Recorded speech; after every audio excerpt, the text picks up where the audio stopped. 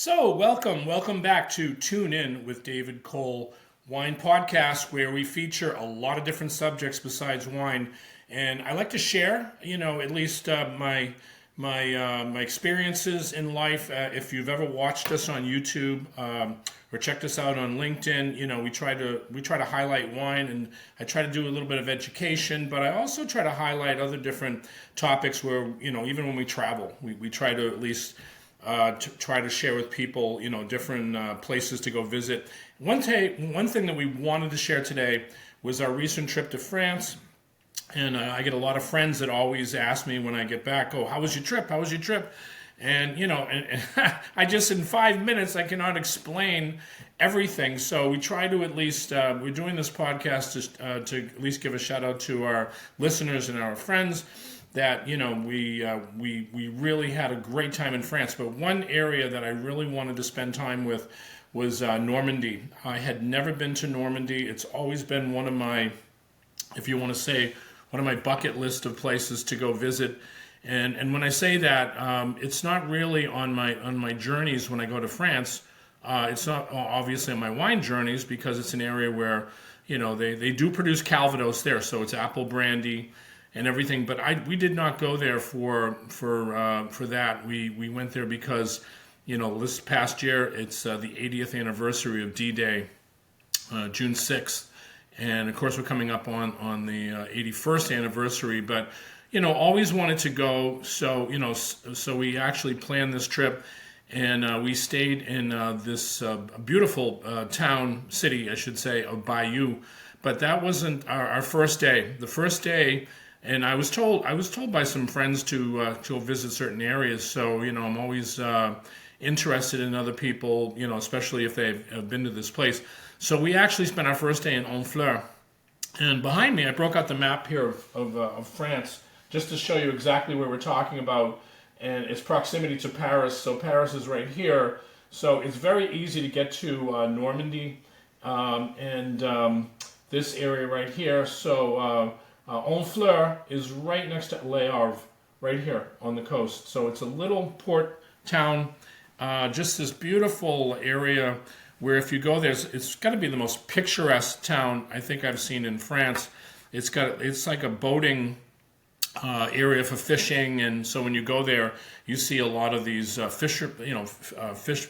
fishermen out there, trying to catch their fish. But also, it's a big area also for shellfish too. So if you're into mussels and you're into oysters and things like that, this is definitely up your alley because it's a foodie area, which quite unique in its geographic area too. But it's right in the heart of Calvados region, so quite honestly one of the best places I think to go. But Honfleur, it's located on the southern bank of the estuary of the Seine along Les Havres, very close to Port de Normandy. So, and it's funny because the people who inhabit Honfleur are called Honfleurians, which is quite cute. It's especially known Old Port, and you get a lot of these houses that are just decorative, all different colors. And it's actually been a place where Claude Monet would do a lot of his paintings. So showing the port village there. So just absolutely spectacular place, even just to spend a day, because that's all we were really doing. We just wanted to explore a little bit this area. So it's just a lot of different restaurants and museums and art shops, art galleries. Obviously very famous there because of the Impressionist artists that actually painted a lot of paintings from this area. But if you also want to go for lunch, we went to a place where I was just curious about, because it said best hamburgers in all of France, and it said English spoken. So it was quite a place for Americans to come and visit if they go to Honfleur and they want to go to a restaurant just for lunch. Not very expensive, but I wanted to see, take the challenge and see if it actually was the best hamburgers that I ever had, and I'm here to tell you it was. Not only that, but I ordered they have all different types of hamburgers there, but I ordered their cheeseburger and with the frite, and it was actually the best French fries I think I've ever had too. It was like done in duck fat, so if you kind of know, the French fries, the frite in France are absolutely fabulous. But yeah, this is a place. It's called Mama Louise, and it's the best burgers in France. It's a must go, and it's a gem. It's actually it's this old house that is encompassed this restaurant, and they've got all the different paintings and pictures of very famous people who have actually gone to this restaurant. So it's a definite must to go to Mama Louise. I thought it was great. And we actually stayed, though, our home base, where we stayed for the 2 or 3 days, actually 3 days that we were there, is called Bayeux. Bayeux is quite famous for the tapestry that exists there. It's a Norman tapestry that is from the 6th century, and people come just to Bayeux just to see this museum, where it's the largest tapestry in Europe, and going back to the Norman times, and just that's one of the things to do. So if you're in Bayeux, but we were there to see the battlefield D-Day, and so we actually stayed at a wonderful place. It was called Lion d'Or Hotel, which was famous for the fact that General Eisenhower, actually stayed there after the American that D-Day. And within 3 or 4 weeks, when he actually came, he stayed at this Lion d'Or, and so they have a tribute bar with him and Montgomery on the wall there, but here's a small riddle. It says, "What does Steven Spielberg, Tom Hanks, Catherine Deneuve, Prince Charles, Lord Mountbatten, General de Gaulle, and Eisenhower, Chirac, Ernest Hemingway all have in common?" Well, they stayed at this hotel. So that's kind of an interesting little snippet there. But yeah, it's called Lion d'Or. I recommend it to anybody who really wants to go to this area.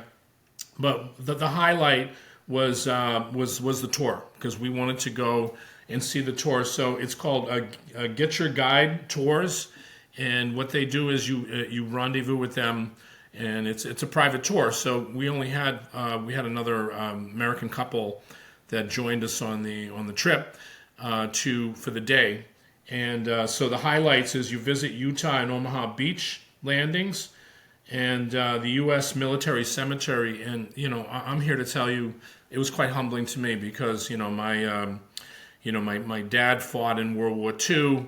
My father-in-law was in the Korean War. My brother was in the Vietnam War in the Marines, 1st Division.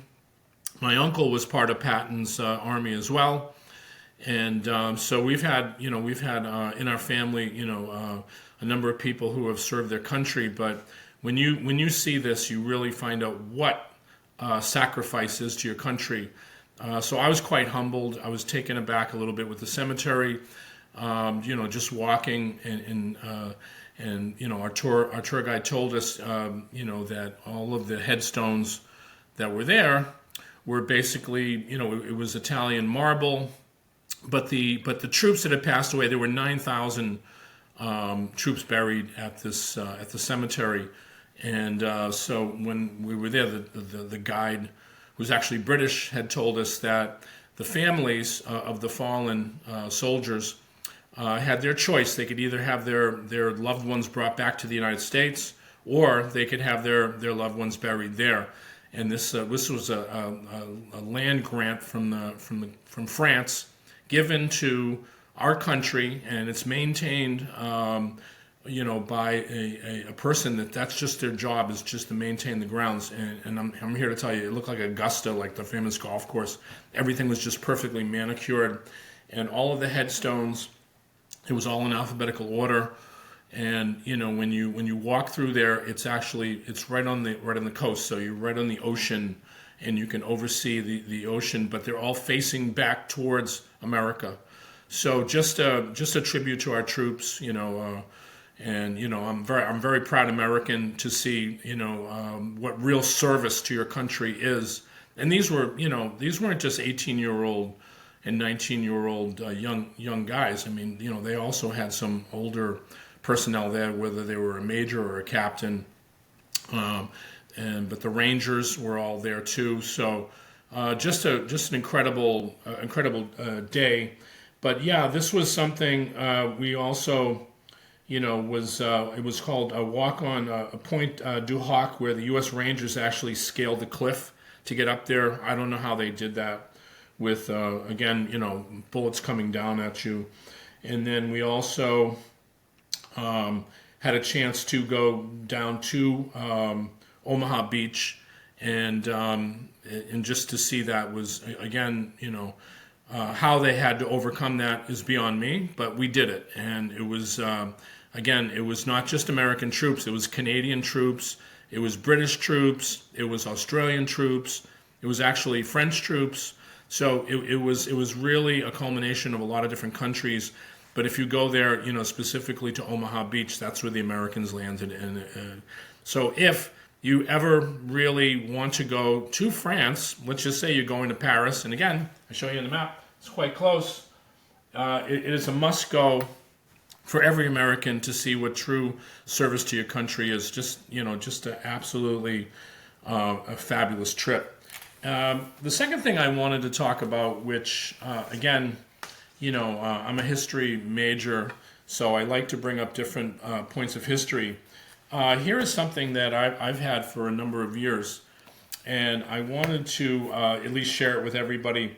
This is the wine list that came from the St. Regis Hotel in New York. It is dated February of 1967, and of course, if anybody knows this famous hotel, John Jacob Astor built this hotel at the St. Regis, was acclaimed as an architectural marvel when it opened in 1904. It was lavishly restored to its original splendor, and the St. Regis gleams with polished marble, gold leaf brass. If you've ever had a chance to come to New York, the St. Regis is still there, and it's just a magnificent room, and even bears the name King Kohl. No relation to me, David Kohl, but it's called the King Kohl Bar by its service name, and it's right in Rockefeller Center, Central Park area. And what's interesting, and the reason why I wanted to bring this up, was what was it like to see wine, wines in 1967. So and see the prices, which I think is really kind of cool. Just to tell you about Bordeaux. This was the start of the list. So you have Du Cru, 1959 here for $12 a bottle. Back then, $12 a bottle was a lot of money. But, a Côte d'Astronel, $12 a bottle.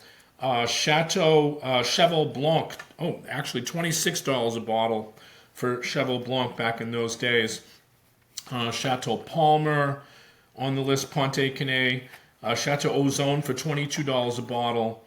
But just even Burgundy prices back in those days, you could get a Corton Brezons 1964 from Chandon de Brie, which actually exists today. A lot of these are obvious producers. $12 a bottle. They didn't call it a 750 back in those days. They call it fifths, which is kind of funny because that was the same size for liquor bottles. People would go in a liquor store and say, "Can I have a fifth of Johnny Walker?" Back in those days. So it's quite interesting though for me to at least look at these prices and see today. Here's Corton Charlemagne, one of the greatest white wines in all of France, for $15. Oh, so you got a bottle of Le Montrachet. Is $16 a bottle.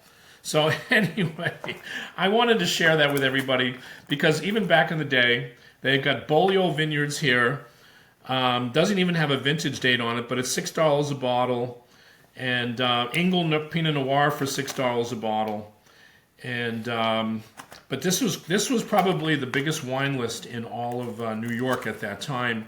So quite a big selection of German wines because again, German wine was something special. But you also have Italian wines on here. You have Barolos for $8 a bottle. Again, think about this. You got Amarone here, a Bola Amarone for $8 a bottle.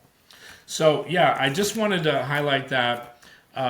We live today in 2025, and of course, we know what the prices are today of wine. It's just astronomical, and it's something that, it's just the nature of the beast. I had a client down in Florida, in Tampa, and his name was Bern Laxer. He owned restaurant Bern Steakhouse, and Bern was quite a character.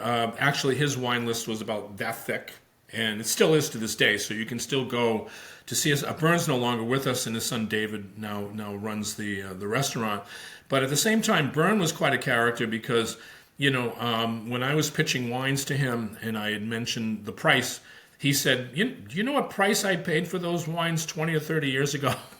And of course, I was like, well, Bern, I can imagine real estate prices in Tampa were quite low back in those days too. But things catch up to each other. But anyway, in 1967, just to see, a Bordeaux and Burgundy at $10 and $12 a bottle is just, in a restaurant, was just something that I wanted to share with everybody. Again, this is the wine list from the St. Regis. It's kind of one of my treasures, historical. So the other thing that I want to mention, because it's very turbulent times right now, especially for the wine and spirits industry, we have not been a booming industry in the last, I would say, 2 or 3 years.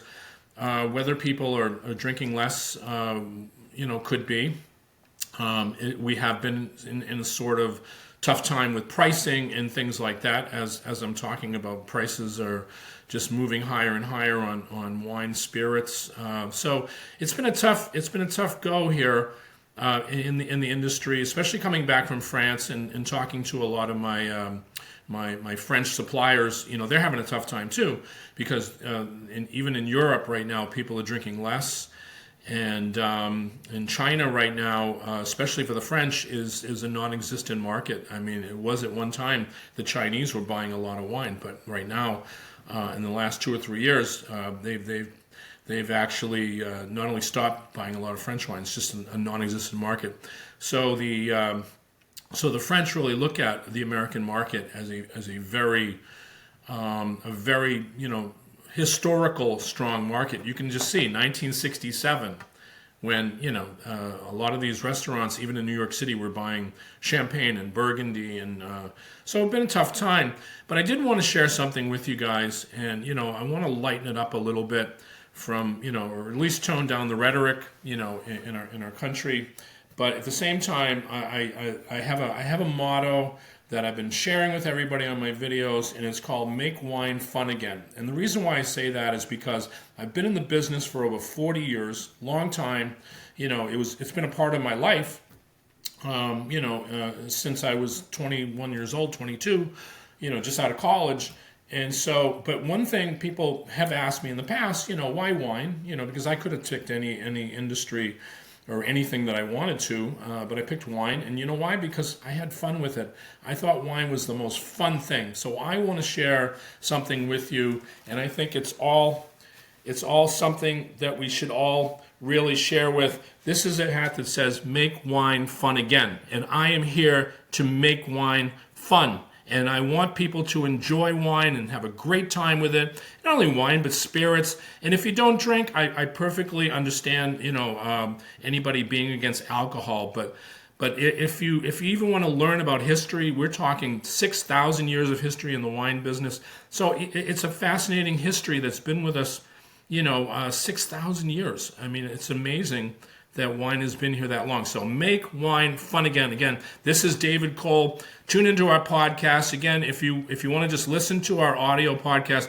we are on Apple Podcasts. And I'm here to tell you we are not done. We are going to be exploring all different facets of the wine business, of the food business. And we really wanted to share with you everything that's fun. And let's not only make wine fun again, let's enjoy life. Again, this is David Kohl. Cheers.